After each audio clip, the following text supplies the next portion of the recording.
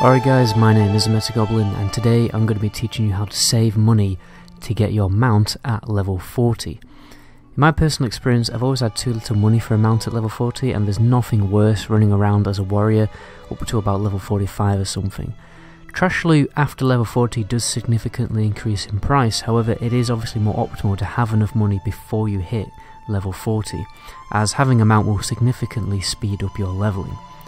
So overall I have 10 tips to increase the success of this process without massively damaging your overall leveling speed. These methods won't be detours to your leveling path, and the things that you can do on this list, you'll be able to do them simultaneously while leveling, without any much of an extra effort, and you can even be semi-AFK to accomplish some of these, so let's jump into it. So the first tip I have for you is simply to get skinning. It doesn't matter if you want to get level professions later on, when you hit level 60, because when you hit level 60 you can level your professions pretty fast. The reason we get skinning though is because you can easily vendor the lever, right, which means for each beast mob kill you're going to get a little extra money. Furthermore, if you're going to level working, then you can craft gear pieces and then vendor them, but always check whether the lever on its own provides more money than crafting the gear pieces, and always have a bit of an experimentation and a calculation of which gear pieces actually provide the most money for little reagent investment. So for number 2, I guess you guys might be thinking, well, crafting gear pieces over time and doing your skinning, it's going to just take too long, which is why you should save your crafting for when you're waiting for a boat, you're waiting for a flight master to respawn. Flight masters are going to die quite a lot, or you might just be simply waiting for a mob to respawn. You might be waiting to tag a mob, you might be waiting for a boss quest mob to respawn. Just do a little bit of crafting. If you've got time to kill, do a little bit of crafting. My third tip is to get tailoring. You can very quickly make bags with tailoring, and more bags basically means more bag space, which overall means a lot more money. You won't be deleting your valuable loot all the time because you ran out of bag space, because whenever you have to delete trash loot you're losing probably quite a lot of money. Always remember to destroy the cheap trash loot like murloc eyes and fish scales and stuff like that, rather than the loot that actually is more valuable. And always try and stack the items that can be stacked high and the ones that cost a lot of money, because some items can be stacked like 5 times. You want to get the items which can be stacked higher.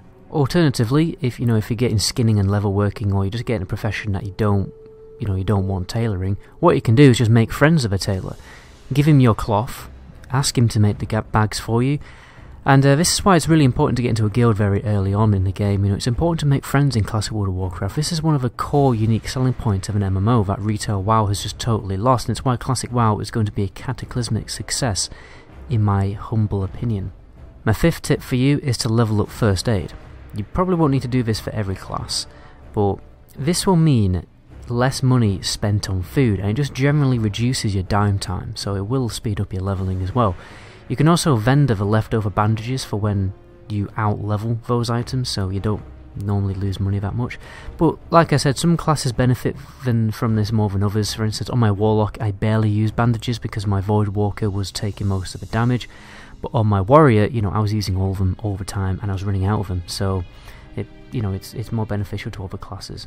My number 6 tip is try leveling a little bit of cooking, okay? You're going to be obtaining a lot of meat on your adventure to level 60, so you may as well make something out of it.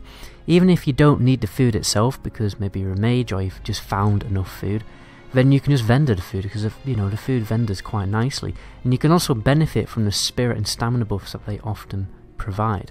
And my 7th tip is to simply stop buying food, right? This is why I've recommended for you to get first aid. I've recommended for you to get a little bit of cooking so you can make like normal meat into edible meat, and you should also be looting food and keeping hold of it, right? Because buying food costs a lot of money, right?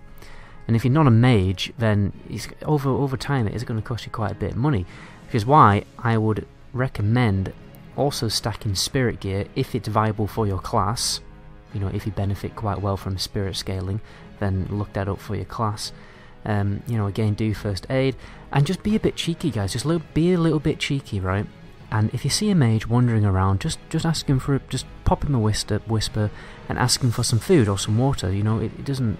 Everyone's normally really nice in Classic WoW, so It doesn't actually cost a mage much, does it? Just a little bit of mana to make you some food and water, and he'll probably do it.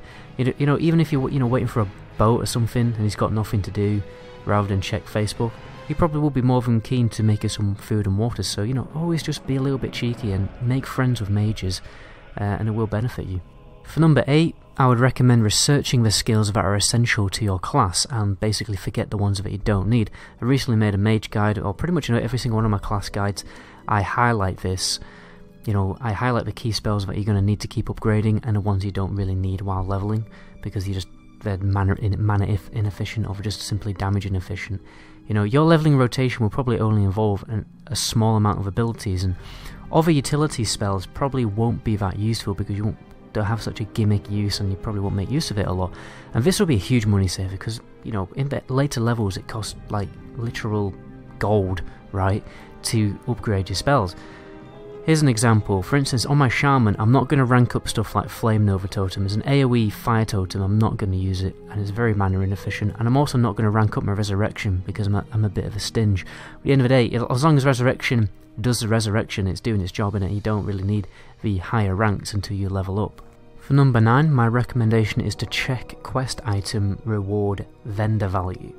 So, you know, you get a quest, you completed the quest, and you may need the items, which therefore you don't sell it, but you might be in a situation where you literally do not need the item rewards.